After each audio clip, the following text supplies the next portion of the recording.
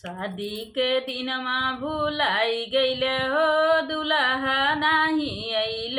शादी के दिनमा भुलाई गईल हो दुल्हा नाही आइल। शादी के दिनमा भुलाई गईल हो दुल्हा नाही आइल। मौरा खरीद गईला मलिया के गलिया। मौरा खरीद गईला मलिया के गलिया। मलिया के गलिया भुलाई गईल हो दुल्हा नाही आइल।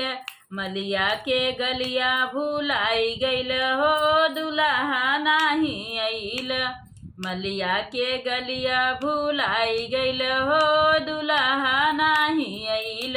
शादी के दिनमा भुलाई गईल हो दुल्हा नाही आइल।